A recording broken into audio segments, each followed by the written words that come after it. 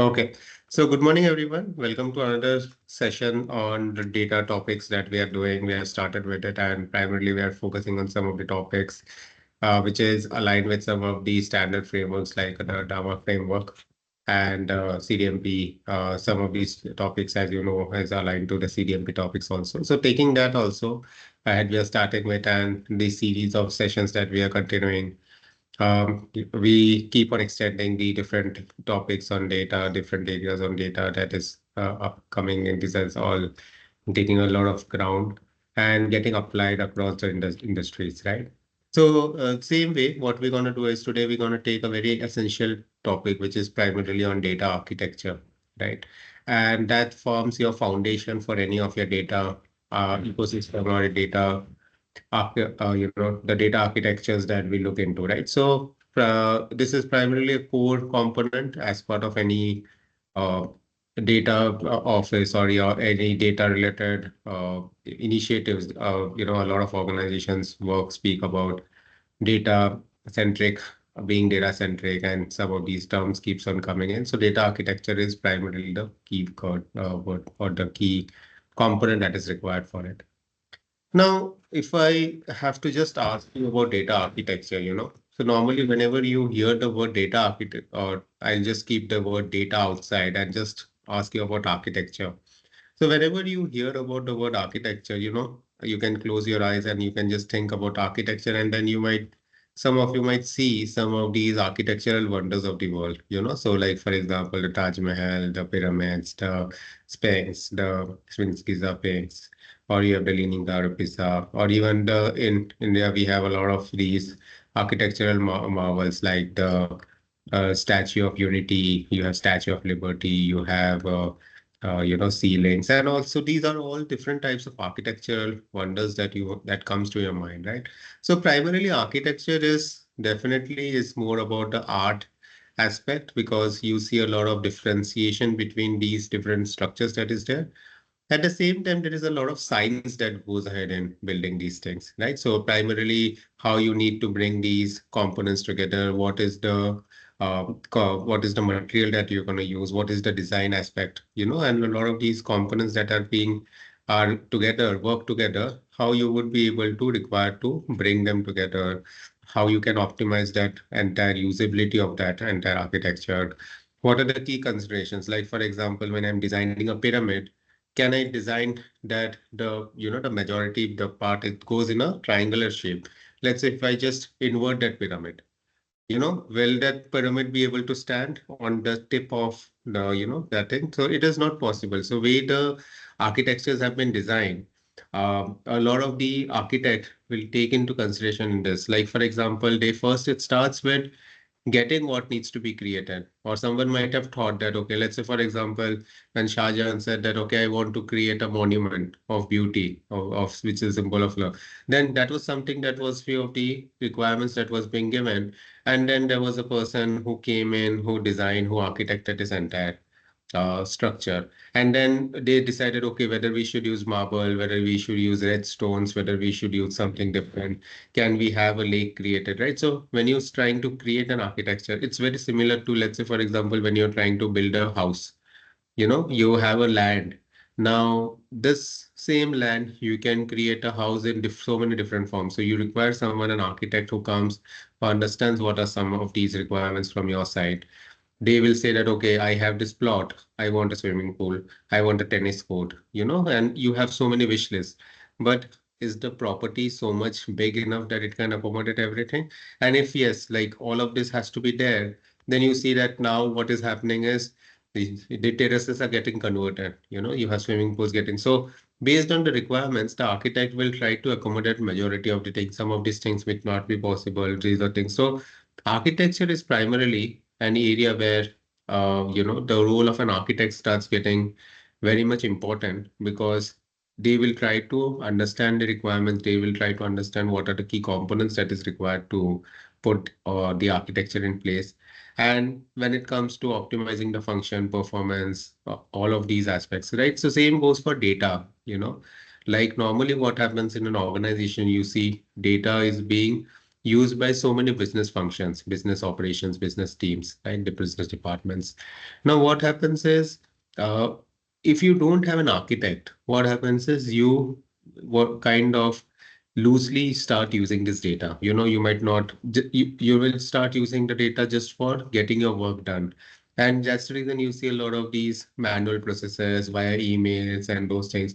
But is this the right approach? Is this the right way? Is there some kind of uh, you know, better way of doing these things, right? So that is primarily your architecture that starts with it, right? So where different bodies also have defined data architecture, right? So if you can see the Rama wheel also, you see one of the key component that is your data architecture. Now, how are the different bodies that have been defining architecture? So like for example, you have ISO um, for 42010 2007, which is more on the systems and software engineering. What it defines architecture is it's a more of a fundamental organization of system, the components, the relationships that they have with each other, and also with respect to the corresponding environment in which they would be operating. What are the different types of design principles that you would be taking into consideration for designing that architecture, right? So they primarily define architecture. Now, when I say architecture, it is not with respect to the data, right? Now, in fact, if you go with some of your architectures, along with architectures in an organization, you'll see different types of architectures getting used. Like, for example, you will have something called as an enterprise architecture.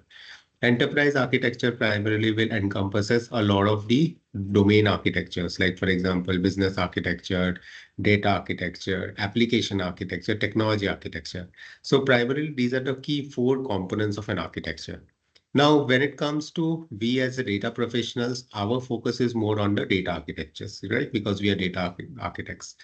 But for example, what is business architecture? So business architecture primarily will be more with respect to the businesses, the business functions, the business type of business data that would be there, right? So when you take about business architecture, how the entire enterprise will be creating value for the end customers, other stakeholders. That's the whole purpose of it, business architecture. When it comes to data architecture, I want to need to understand how the data needs to be organized, data need to be interacting with each other, how the data needs to be managed. All of this will come. Similarly, on the applications architecture, it will speak more about your structure, the functionality, the applications that you have, right? And similarly, on the technological architecture, it is more with respect to the systems, the technology is part of it. Now, if you see, to create the enterprise architecture, these four components are definitely important. So business architecture mostly is taken by the business teams. Data architectures is mostly taken by the data office or the data, the entire center of data teams who are working around data. Applications architecture, you will have an application architects who primarily works with respect to the how the different applications are being used, right? And technology is primarily with respect to the IT team.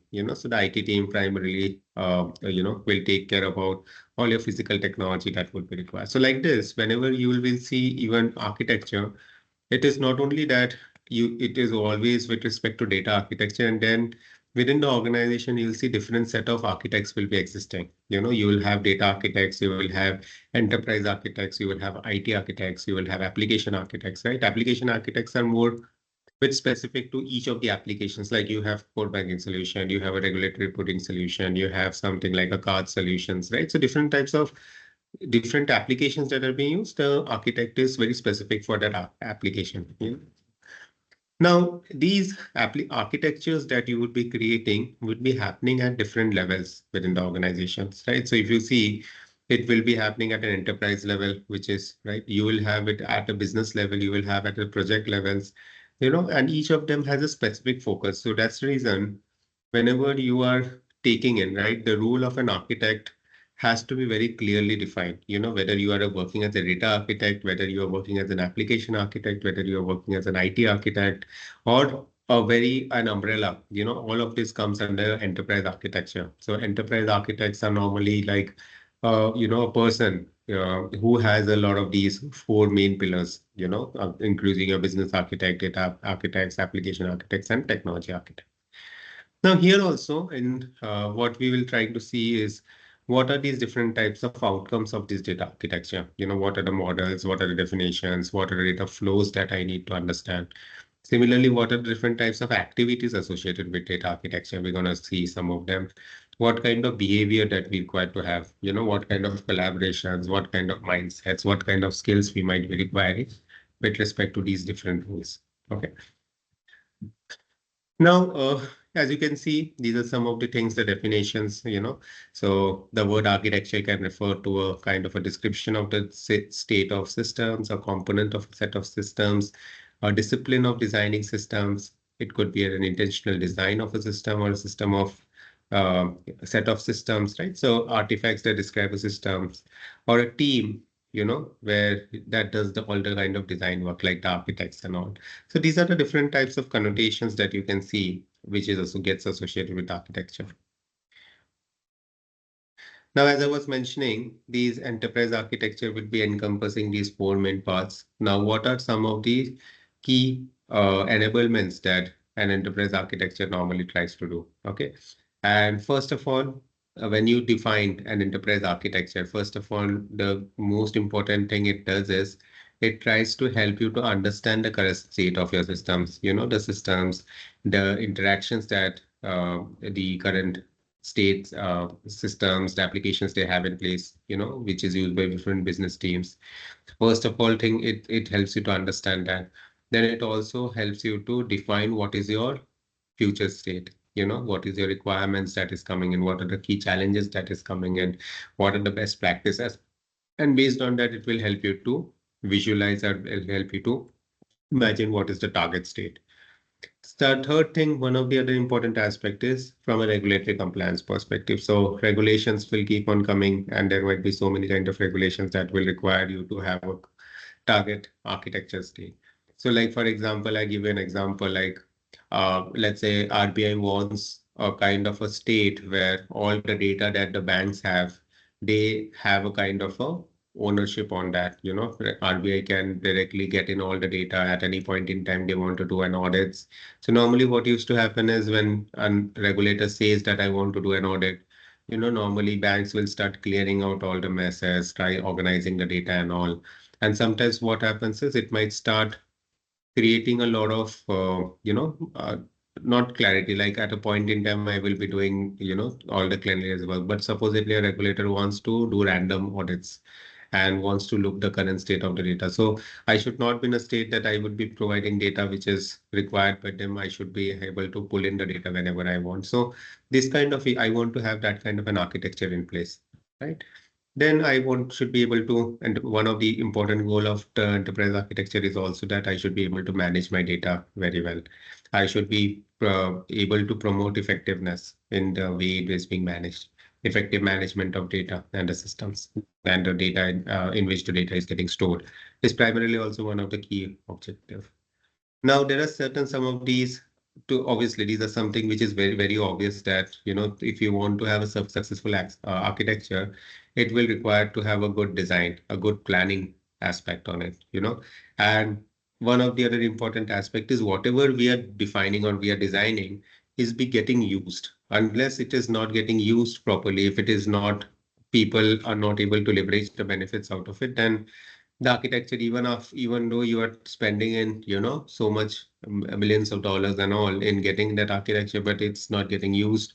It is not being promoted. It is not being leveraged or utilized by the teams. Then there is no, benefit of it. Then one of the key things that data architects normally try to do is, as I was mentioning, their first component is to understand, from the business, from the teams, from the management, as well as from the best practices and the kind of experience that they bring in, that they can start designing an optimal technical full, architecture state. So that primarily the design, and that is where, data architects are very much highly are in demand because they are not like data pipeline creators or data integration specialists and all who has been given just a task to move the data. Data architects have to primarily take into consideration there. It's a kind of, they have a horizontal kind of responsibility, you can say, which encompasses all the different data in your entire ecosystem. At the same time, from improving the operational and project efficiencies perspective, also data architects plays a very important role. Similarly, the one of the other important aspect that data architects they do is how they can start taking the organization into a competitive state, if that matches your peers, your competitors and all. Like people can then start referencing your architectures as compared. So I'll give you an example. Like if you see Netflix, Netflix was one of the pioneer companies that brought out the microservice-based architectures, right? Now, it is not with respect to data architecture, but Netflix was primarily having a problem in hand. Like for example, the kind of workload that it was facing, during holiday seasons, the number of subscribers was getting increased and all. It was not able to manage. The monolithic-based architectures were not able to manage it well. So it was primarily what the researchers they started looking into, and they promoted something called as a more of a microservice-based architecture, and they very much pioneered. You can read through those use cases also. Similarly, some of these organizations have been pioneered in some of these states. A lot of Facebook researchers in Facebooks and all, they brought up different types of architectures, right? So one of the key aspect or a key component of a data architect is also try to make the architecture that you're creating a kind of competitive enough that it has a competitive edge over the other companies or other your competitions. So that's the reason data architects plays a very important, kind of a role you'll try to see. So as I was mentioning, these are the four main types of data architectures and the different differences between them. So you have the enterprise business architecture, you have the data architecture, enterprise applications architecture, and technological architecture. Now, to how to remember and understand the differences between them. So as I was mentioning, the purpose, if you see enterprise architecture, what are the key components that are included as part of it? Like if you remember these elements, then you get to know what are the key components and whether you fit in your which kind of architecture. So business architecture, if you see, will encompass your business models, the processes, the business processes that are being there, business process flows which are there. You have the capabilities, what are the strategies, what are the business definitions, the glossaries, business glossaries, all these are part of a business architecture. Data architecture will include your data models, your conceptual, logical, physical models, your data definitions, the data glossaries, data catalogs, data mappings, data process flows. You have the process flows, which is more on the business architecture. But if you encompass your data component within your data process flow, then you start creating your data process flows that will start coming under your enterprise data architecture area. Okay, you start identifying, and a lot of this is not only restricted for your structured data, it will be for a structured, unstructured, all types of data sets, that will be under that. Then you have the enterprise applications architecture, right? So as I was mentioning, there would be so many applications, right? So how are these applications interacting with each other? What is the kind of connections? Whether they're API calls, so normally one good example of this is your enterprise, the entire architecture, applications architecture. Let's say you want to migrate onto a Red Hat OpenShift microservice-based architecture. So that is primarily will start going into your application space. What is your software packages that you're using? What are the underlying databases that you want to use? Now, within the databases, you will be hosting the data. So that will be coming under your data architecture, right? And then you have the technological architecture. So what are the technical platforms that you're going to use? What are the network security configurations? What are the controls that you're going to put in? Integrations components that you're going to have it that will all the entire technological stack, landscape, whether it's on premise, whether it's on the cloud, all of it will come under your enterprise technology architecture. So if you see now, if you remember those elements, then you'll get the purpose, obviously, So like the purpose and the business architecture, as I was mentioning, will be more from businesses, the business operations, And the reason why we are taking the whole goal that we are doing business architecture is for the end customer or the business. Normally, business is only worried about the interactions with their businesses. It could be the customers. It could be internal customer, external customers, but their main focus is on customer. Data architecture's main goal is to support the business decisioning, right? So how the data is getting organized, how the data needs to be managed. Well, that is primarily the goal of your data architecture. Then the applications architecture, how does data needs to be stored in different applications in the enterprise, the structure, the functionality. That will be the goal of your enterprise applications architecture. And lastly, if you see the enterprise technological architecture, that is the entire physical technology, the environments and all that will be useful for hosting these applications. Right? So the roles also, if you can see, like here on the business architecture, you'll see business analyst, business system owners, business owners, right? Stewards, data stewards here there. On data side, you will see data architects, modelers, data stewards, they are people. On the application side, you will have the application architects, and on the infra side, you have the infrastructure teams and all. They are part of it. Now, what are some of the key business drivers that are while you're trying to create your data architecture? Some of the key business drivers or business goals that you can see as part of your data architects is firstly, how you can start preparing strategical decisions, how you can start designing your entire data architecture in such a way that your end users is able to use and start creating better products and services for the end customers. Right?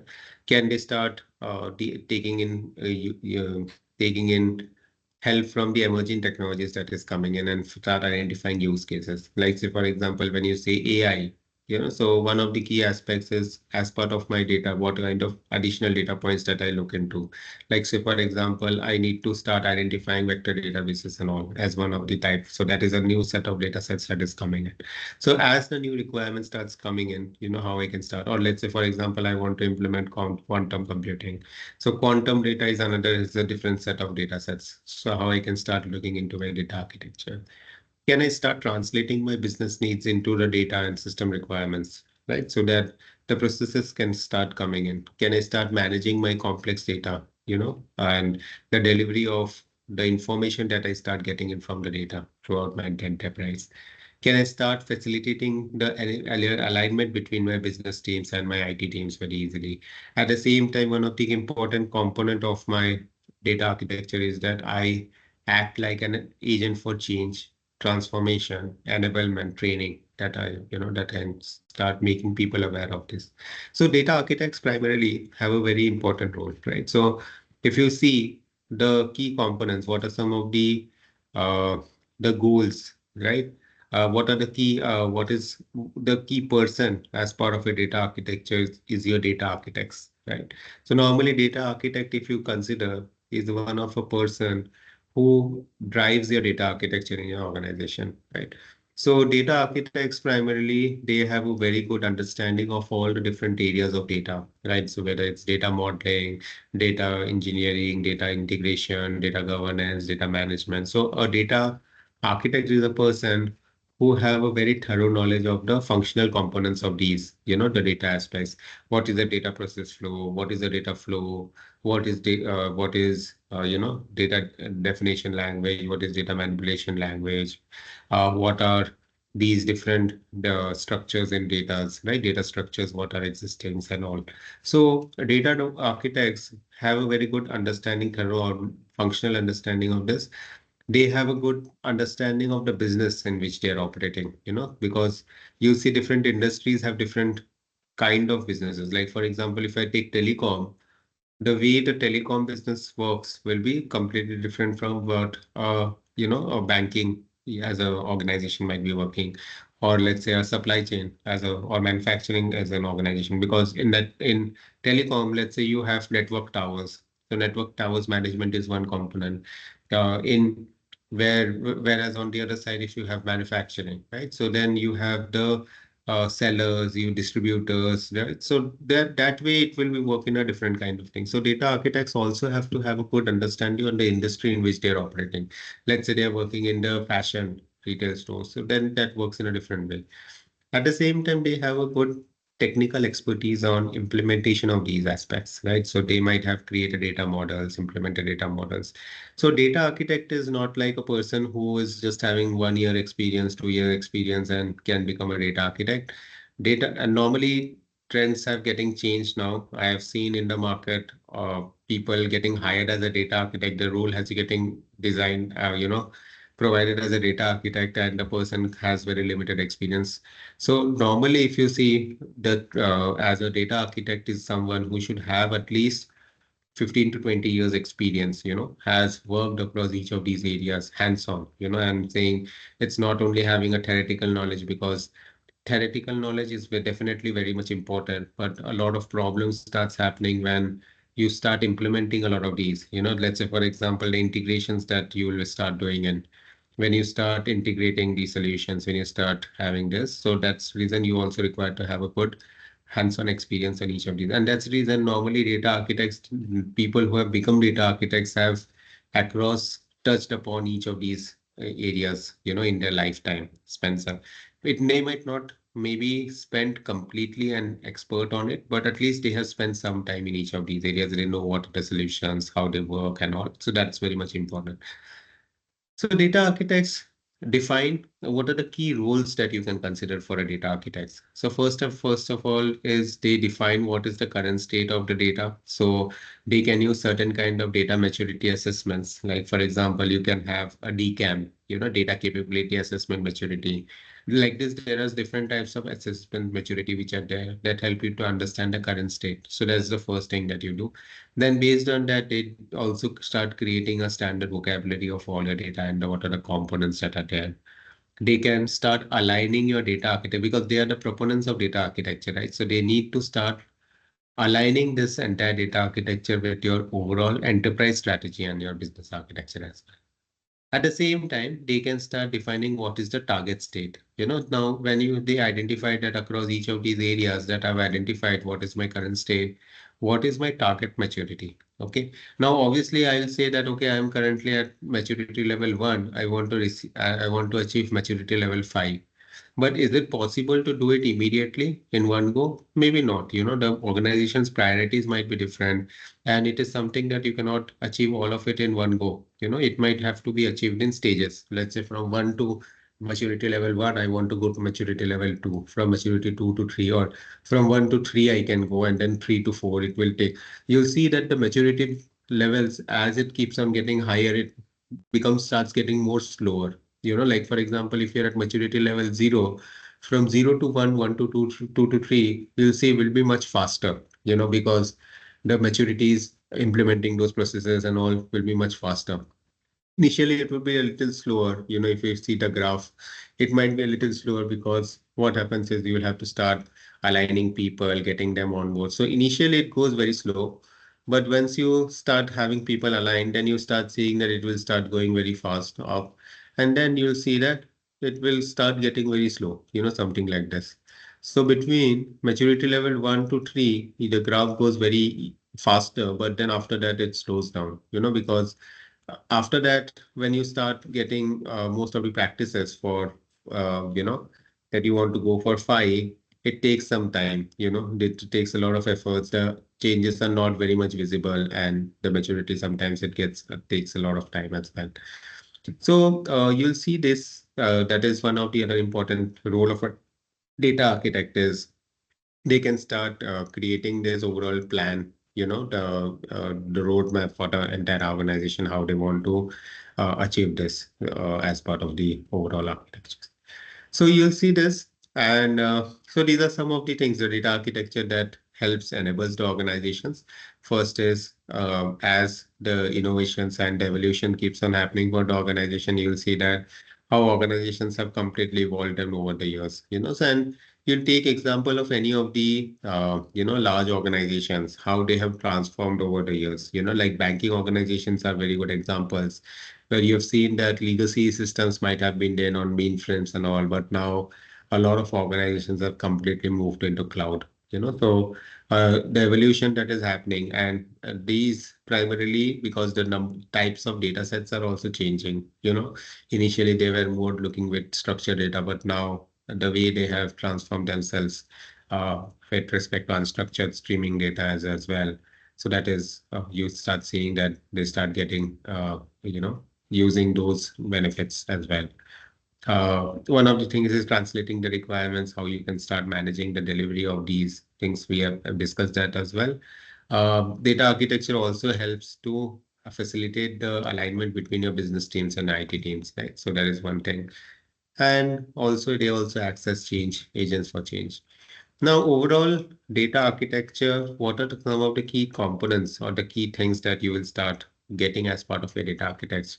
So what are the artifacts that you will be started getting? So first is you'll start getting the high level design, the blueprints, the master blueprints. That is, what is your current state of your data architecture, how the data is flowing between the different systems, all of this is you'll get. Now, based on that, you define your target architecture blueprint, right? So it's more like when I was mentioning, I was giving you this example, right? You have a property of land, right? Now you don't right away call the workers and they start building the house, right? That you start putting the bricks together and you start seeing a house. So, then you don't know how the house is going to look like. It is not like as easy that you're drawing a house on a piece of paper. You used to do it in your school days, right? But it is not as easy as like that, even when you were drawing your house, what you used to do, you used to draw a tree in front of it. You used to draw a road. You have to draw some mountains and all. But that is how you first start drawing it. You don't start building the bricks and all together. So that's the reason the blueprint is very much important. Once you start creating the high level blueprint, then you start making it low level, then you start identifying what are the pieces that are required. Start identifying if there are certain pieces which are already existing in the organization. Can I start using them? Then while you're doing them, you also need to understand who are the people who have to be involved as part of this. When you want to get in the data from different sources, when you want to ingest the data, when you want to put in those missing pieces. So what are the people that you will have to collaborate with? That's very much important, right? So these kind of things, you start doing it, you start creating the business vocabulary, you start creating the semantics, all of it is something that is part of it.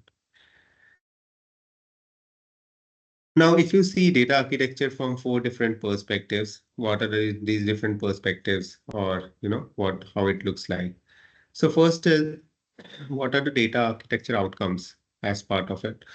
How these architectures would be looking like. So as I was mentioning, the model definitions, what are the activities that are required? What is the kind of a mindset or behavioral requirements? So what are the collaborations that you might have to do with the different set of people, their mind, understanding their mindsets, understanding their skill sets, and trying to get them together. So that's a very important aspect.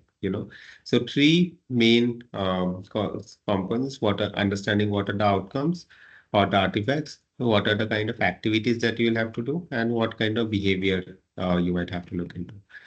Now, these data architecture artifacts or blueprints that will help you to define the requirements, guide the data integration that you will require to have, control what are the different types of data assets that are there. Also try to align these data investments, together with your business overall business strategy. Also, that is important. And then these architects might try to collaborate with, they would be learning from these different stakeholders, right? So together it's a kind of. Now, this is one book by Hagan Evanson, which you can read on data diplomacy, which will try to focus on some of how the architects will be interacting with some of the other peoples. Right?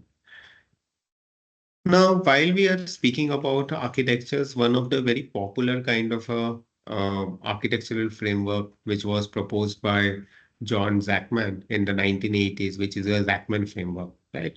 Now, Zachman framework has been referenced in multiple places because what it does is this is a framework that has been useful not only from a data perspective in your architecture, enterprise architecture, in your data, like even buildings, in the construction industry and all, a lot of this framework, is being used.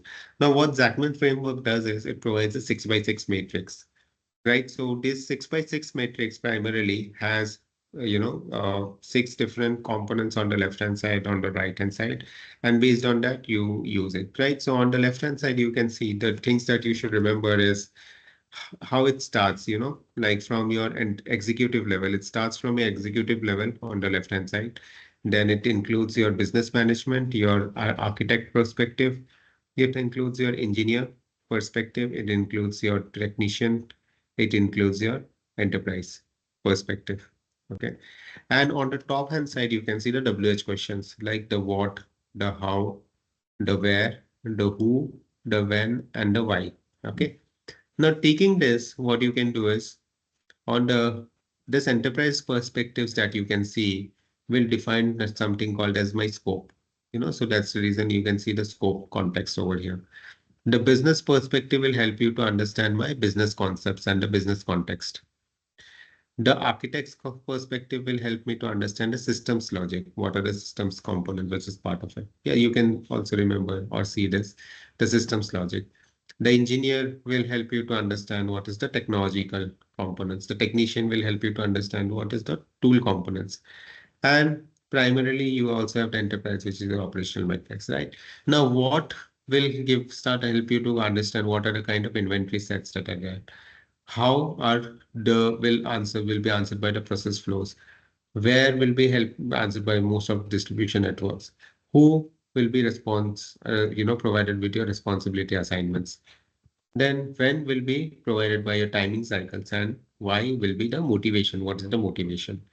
Now, under this top, what, how, where, all these are also called as your communication interrogatives. So this communication interrogatives primarily helps you to what are these interrogation statements that you're using. And then you can see this, what are these, this components within this, like for example, the identification, so what is primarily, will help you to do the identification. Business management will this primarily, so identification, definition, representation, specification, configuration, and instantiations, which you can see. These are nothing but the transformations that will be part of it, right? So these framework classifications primarily, this kind of a framework helps you to uh, help. So these transformation steps, as you can see, these are nothing but the steps that are being used for. So like for example, if you have an abstract idea, now how you can start translating this abstract idea into a concrete instance is primarily that is being done. Like say for example, if you see, when you're trying to say like inventory, this inventory identification is first thing. Now if you see the inventory, it starts with identification. You start defining, you represent, you specify, you configure, and then you start instantiations part of it. So these are primarily, you can see the different set of, components that would be part of, as part of the entire things. Like if you take this executive perspective, what it will do is it will have all the type of business elements that would be required. What is the scope, and what is the identification scope? Then you have the business management perspective that will try to help you to understand from the business perspective what are the relationships between these business concepts. How are they defined by the business leaders? How they are being owned in the definition models. This is primarily it will be mentioned. The architect perspective will help you to detail some of my some requirements. They have been designed that would be required as part of my designing phase. They have been represented by the architects. Then you have the engineer perspective. So engineer perspective will help you to optimize the design for the implementation of the specific use. It also includes the people, cost, time frames, all part of it.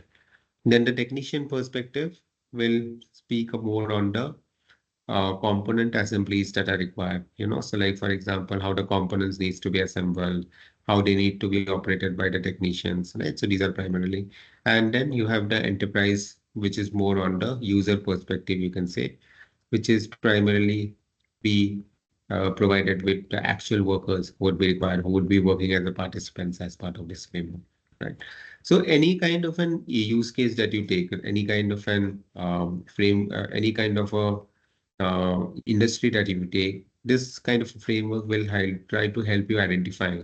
So this framework, the Zachman framework, the whole requirement was primarily when you want to create the architecture, you should not miss on any of these pieces, right? So that's the reason it had a kind of this matrix, 6 by 6 matrix, where it's tried to identify all the components that would be required to create the overall architecture. Now, what are some of the other key components as part of the overall data architecture? So first of all, you'll start seeing the enterprise data models, right? So the components that are required for the enterprise data architecture is also, what when you start creating some of these components. So enterprise data model, so you'll require now ultimately the architecture that you're creating for your, data sets, right? So one of the key component is how you can start understanding what is the conceptual, logical data models that would be required. And then once you have this data model, it also requires to understand what are the business concepts, what are the relationships between them, what are the business rules that would be required, what are the critical attributes that are part of your data model, right? So all of it is something that would be required as part of your enterprise data model. Then the data flow designs, right? So how the data would is getting flow currently, the business flows that you're creating, then can I start creating the data flows that will map the movement of my data? Right, I require to map the movement of my data to these as part of this business processes with respect to what different locations that this data needs to flow, what are the business people or the business roles that are important as part of it, what are technical components required as part of it. So all of it is part of a data flow design. So here you can see the enterprise data model. So normally data models, if you see, if some of you might be working on it, so you see that there are two types of data models. You have something called as subject area specific models, and you have the enterprise data models, right? Now, subject area specific models or enterprise models, you can just to give an example, if you take, you have stores, the retail is a good, example. Like, so if you see like some of the electronic stores, which are there, like you see Chroma, you have, Reliance Digitals and all. So these are primarily very specific selling electronic appliances. Like if you go to Chroma and you want to start saying that I want to buy groceries, you will not get groceries in them, right? So because they are sufficing only a specific type of you know, products that they are selling. So even if you go see some of these retail stores like Pantaloons or Reliance Trends and all, so Residuo and all, right? So you know that you will be getting clothing and apparel. So if you go and start and go asking them, I want to buy furniture, so they will say that we are not keeping furniture, right? Because the function as a subject area is different. But supposedly now you want to go to an enterprise store, like for example, you want to go to uh, a supermarket, like Walmarts, you want to go to some of the supermarkets like D-Marts and all these kind of supermarket. There you might be getting, initially we used to have these big bazaars and all, right? So there you'd be getting clothing, apparels, electronics. You'll also get, shopping up appliances, FMCG, even groceries and all, you'll get everything, right? So that is your enterprise kind of model. So when you're creating your data models, one thing you'll have to understand whether you're creating a subject area specific model or your enterprise model. And if you see in this diagram also, the enterprise data model is a kind of a culmination of all your subject area models that you might be creating, right? So in your organizations starts by creating the subject area specific models first, and then they try to create an income and bring the enterprise data model, by bringing in by encompassing all the individual subject area specific models that they have. Right. Now, there are a lot of industry standard models or industry specific models which are also provided, but each of these models, if you see, they focus on something called as the business area, subject area specific, right? So subject area models that you bring in together, they, encompass, right? So a lot of IBM has some banking data model. Microsoft has a banking data model. You also have the banking industry. BN primarily has an accounting model. So normally for banking, if you want, you can have it. Then like that, different industry specific models have been created by different industry bodies also. So you can take that as a starting point also, because most of the the data attributes, the relationships and all majorly will be similar. So you can take that as a reference and then can start creating your own models also, right? So that is also something that you start saying. So the diagram, if you can see, shows a conceptual view of all the enterprise things. It also shows the different types of entities and relationships, right?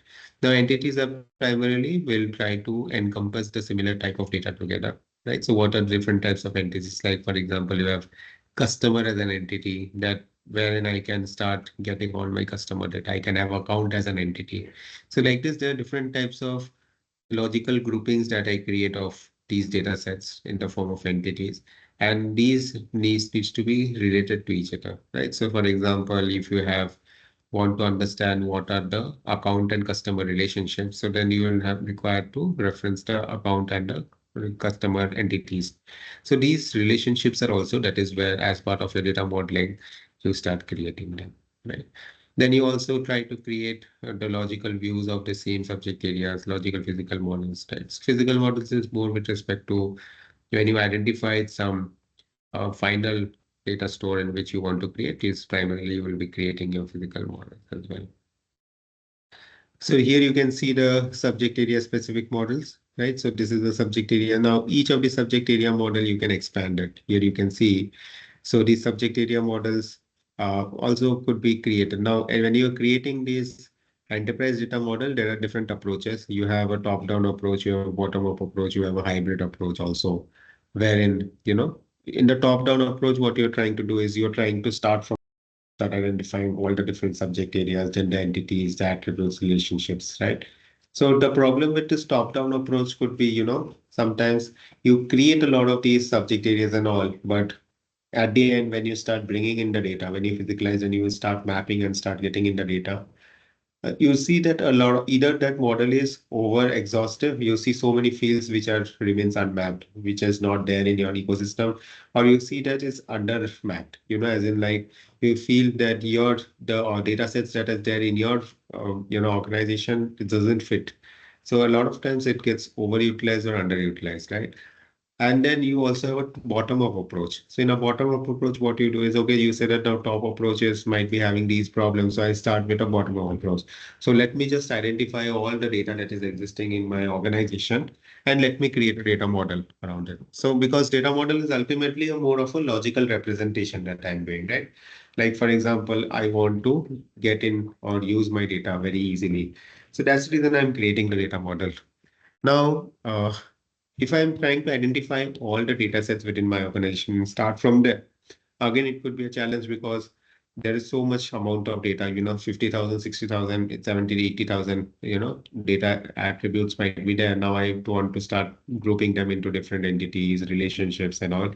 It's a very time consuming, and sometimes I over create entities. I sometimes are not very efficiently created. So you go with a hybrid approach, wherein what you do is you take the top down approach as well as a bottom up approach. You start from the top as well as bottom. You take a standard model and start. And while you're doing that, you take start identifying all the data sets which is there in your organization and start mapping it against them. Now, when you take this approach, what happens is, in case if there are data sets which are not present in the model, you can keep on adding them in the model. So hybrid approach is a very popular kind of an approach in the industry, which basically resolves some of the challenges which are there from your top-down and a bottom-up approach as components. So that is one thing. Now these components, these topics which you can see, each of them is a detailed topic in itself. Like for example, when you want to remove the redundancies within the data sets, right? So you go with something called as a normalization. And normalization also, there are different types of form of normalizations. So you can read through it. This is not normally being asked, but you have the first normal form, you have the second normal form, you have the third normal form. So in first normal form, you're trying to remove any kind of repetitive data sets. In the second normal form, you're trying to remove any kind of partial dependency between the data sets. In third normal form, you're trying to remove any kind of transitive dependency, right? Then you also have the BCNF form, which is your voice code non-normal form. You have the fourth normal form. You have the fifth normal form. So different normal forms are there. So the whole purpose why we want to create a normalization is to remove the redundancies within the data sets. The same data set should not be there. I want to and then on the other side of the data model, let's say, for example, you want to create an aggregated view, then you also have a denormalized form. Now, the normalized data sets that you have created, you want to bring in all this data into a single place, like in the form of a data mart, which primarily brings in the data from these different entities. So you create a denormalized output of. Okay. So that is also one possible thing which you'll see in a denormalization form. Then once you start creating this, you also start creating the systems portfolio. You start creating data governance structures, ownerships that we have seen already. The top level processes or the business value chains you start creating. What are the business capabilities that is part of it? You start identifying them. Then another important, very important component as part of a data architecture is to start identifying and start creating the data process flows, right? So data process flows is primarily how your data is moving through the different business processes, so that is required because at any point in time, see, business processes would be just in the form of process flow diagrams. But one thing that is missing in these process flows is how is the data residency, how is your data moving from one system to another system, from one application to another. So this process flow diagrams is primarily what acts as an input to your data lineages. So data lineage and data traceability is something that you might have seen, right? So these diagrams are primarily what helps in creating your data lineage. But data lineages normally, which when it gets created, within the data lineages also you have business lineage, you have technical lineage, right? Business lineage is what which we call it as the process flows. And data lineage or the technical lineage is where you can start identifying the data sets, how the data is moving from which system to another, across to which processes, what are the underlying data elements. Now, this data flow diagrams has very good applications. Like, for example, if you see data privacy regulations, we have something called as records of processing activities, right? So in ROPA or this records of processing activities, what happens is I want to understand the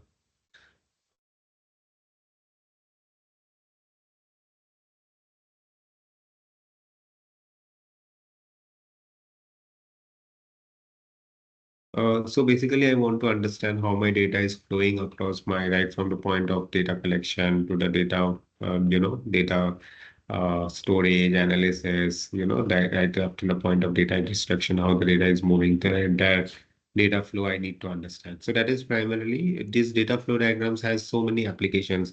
There are regulators who mandate that you require to create these data lineage diagrams and all, right? So, and at a point in time, I am also very clear, supposedly if there is something called as data deletion that is required. Now, I need to understand all the processes that is handling this personal data of customers, or what are the systems that is handling the personal data of the customers. I want to start deleting them. So all these things that you're doing has a lot of applications. You don't think that we are just doing it for namesake, someone has created this concept, is that actual applications. I've seen myself, where regulators have mandated that they want to see these automated lineage diagrams and all, and they also want to go into detail into doing it. So whatever that you're creating has a lot of actual applications in the things. So you can see this example of how the business processes that we have created, the development, marketing, sales, industrial preparation, order management, manufacturing, logistics, invoicing. And on the left-hand side, you can see the type of data, what are the different entities. Now, this is a very high level. Normally, there are different ways of doing it. When I do it personal, what I do is I take each of these processes and then start mapping each of these processes with the underlying data, the databases, the data sets. What are the different, let's say if I say CRM, which will have so many different types of data sets. So I want to start capturing that granularity. So that is where, whether you want to keep it high level or whether you want to start creating it very granular, it's primarily different people. They have their own ways of doing it. Okay. Now, when you're trying to create the enterprise architecture, data architecture that you're creating, there are different types of activities that are involved in it. So first of all is you start to create the entire enterprise data architecture practice as a whole. So this is part of the overall data architecture framework. Now within that, they will have certain kind of responsibilities. First is like, for example, creating the strategy. So within that, which is the frameworks that they need to use, what is the roadmap, what are the approaches that they need to take in. Then the culture, so when you start informing people, enlightening people, educating people, so it requires a lot of cultural change within my organization. So that is required. I have to start identifying the people, start identifying the organizational roles, and start assigning them different type of accountabilities and responsibilities. Then what are the different types of methods that I will be using? What are the working methods that are required? And then what are the roadmap? Yeah, I will start defining, as I was mentioning, it is not that I will can achieve all of it in one go. So it starts with the strategy, but then I detail it all the activities. Now, enterprise data architecture also influence a lot of the scope boundaries of projects. So like for example, I start defining what are the requirements, project data requirements. I start reviewing a lot of these data designs that are required, like the conceptual, logical, physical data models that are required, for example. Then the data lineage impact, so a lot of times when I start creating these flows and diagrams, then I start understanding, okay, there are a lot of manual things that is happening. Can I start asking people to start provide more details and start optimizing those, the data process flows that is getting created? Then replication control is a very important aspect. So one of the key problem which you will see in an organization is data keeps on getting replicated. The same data is residing in so many servers. The same data is residing in so many people's machine. So there's a lot of redundancy, and ultimately there's a storage cost also that is there. Same data is residing in multiple versions. So there is a lot of replications that is keep, because of which there's a lot of inconsistencies in the data. So one of the other important aspect as part of the data architecture governance is also to ensure that the sufficient replication controls are in place. Then how I can start enforcing a lot of data architecture standards. So as I was mentioning, there's ISO standard 40001. So like this, you will have different types of standards which are there. So you can start using a lot of these standards as part of this implementation. Then can I start developing a lot of these technological decisions, So that is also very important aspects. Can I start guiding the technology and renewal decisions accordingly? Now, if you see evaluating the existing data architecture specifications being one of the key component or activities of a data architecture, I've mentioned the roadmap plan, 3 to 5 years roadmap is something from you start as a initial phase, but it's something that till the time you'll have data in your organization, you'll start seeing because new types of data, new structures, new use cases will keep on coming in. So you'll start seeing that also getting modified and updated. And there would be a lot of the different projects that will be happening, in the organization. So then as part of the data architecture's role is also start catering, to a lot of these data projects. So the activities that you're doing right now within your organization is because of so many projects that has already happened. But then all the upcoming all the upcoming projects, development projects that is happening, one thing that you will have to put in place is a lot of these learnings and a lot of these controls that you're putting in as part of the data architecture, you primarily have it going for the new projects as well. Right? So as part of that, as you can see, there are post the project related activities primarily includes a lot of these, like you define the scope, you understand what is the business requirements, you design, you implement, right? And for that implementation, how can you do? You need to buy something. Can you start reusing? Can you start building things? And there are different methodologies, as you have seen, waterfall methods, agile methods, incremental methods, and all that you can start seeing all coming up as part of. There are different types of tools that you might be using. So, for example, you might use data modeling tools, right? So there are a lot of data modeling tools. Traditionally, you have seen ER Studio, you have SAP Power Designers, and all different types of tools are there. But now a lot of native cloud stored solutions have also come in. You might require an asset inventory kind of a management solution also that will help you to manage all the data assets, together. Then you can also have certain kind of architectural diagrammatic representation creation. So that designers you can use for creating the architecture. So like this, you can also use a lot of these tools that can start helping you in creating your entire architecture. Now, when you've created the architecture, one is the key things is primarily you have to start when you're creating the diagrams, models and diagrams. First is few things you have to remember is you have to have a consistent legend. So get it aligned with some of the what is the kind of a designing that you're using. Like for example, the data model, you have different styles, right? Like for example, you have a Barker notation, you have a IDF1X notation, you have some things like the Crowfoot notations, you have something called as the uh, uh, Backman style notation. So different types of notations are there. So when you start having it, there is a proper consistency that you're using. Then you start matching between all the objects. That relationships should be very clearly defined.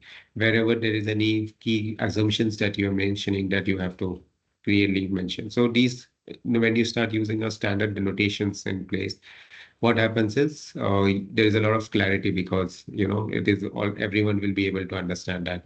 It's very similar to, like, for example, you have music notations, right?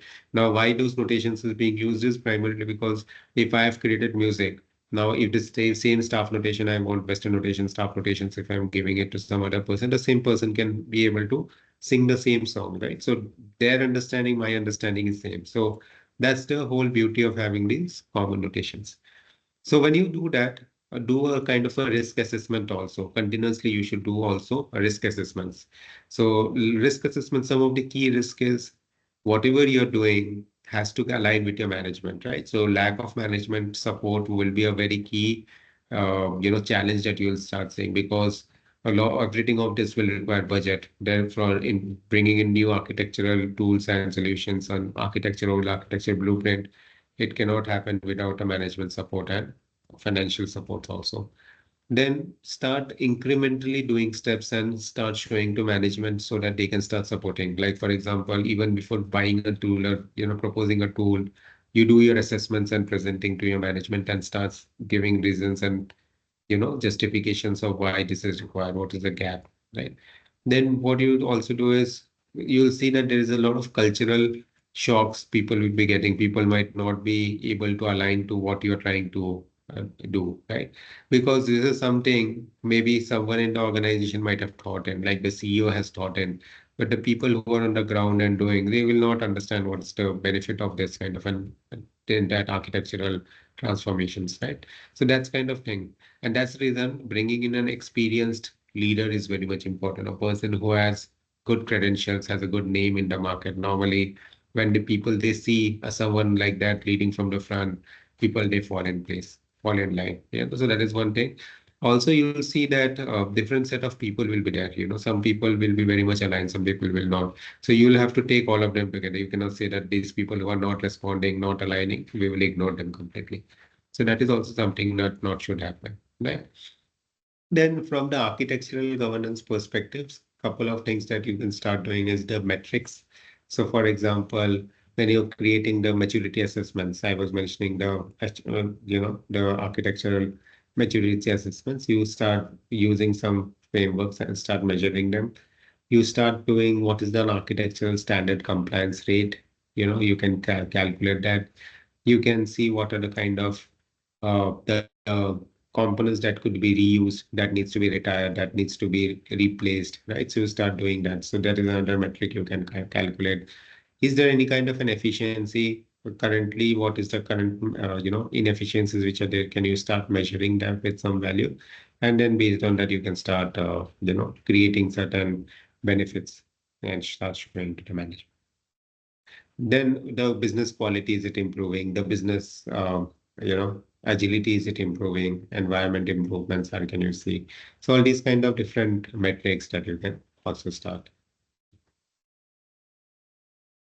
So these are some of the things, at an overall high level, if you understand. So these are, in an organization, you'll start seeing these kind of architectural changes, or, as an architect, your role will be starting getting important. So, and then you start. So it's not very difficult chapter as a whole, but what happens is, few of these things, if you keep in your mind, with respect to architecture, the role of a data architect, what are the guiding principles, some of the frameworks like we discussed, So if you take those things in consideration, then I think this chapter is not a very difficult chapter to go into.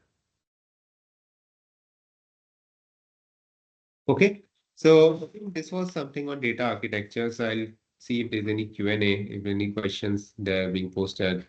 But I hope that you enjoyed today's session. I will upload the recording as well. You can go through it, and if there's any questions, you can, put that in the comments box also. I can try to answer that as well. Uh, so yeah, I think I'll stop the recording, but that's it from my side for today.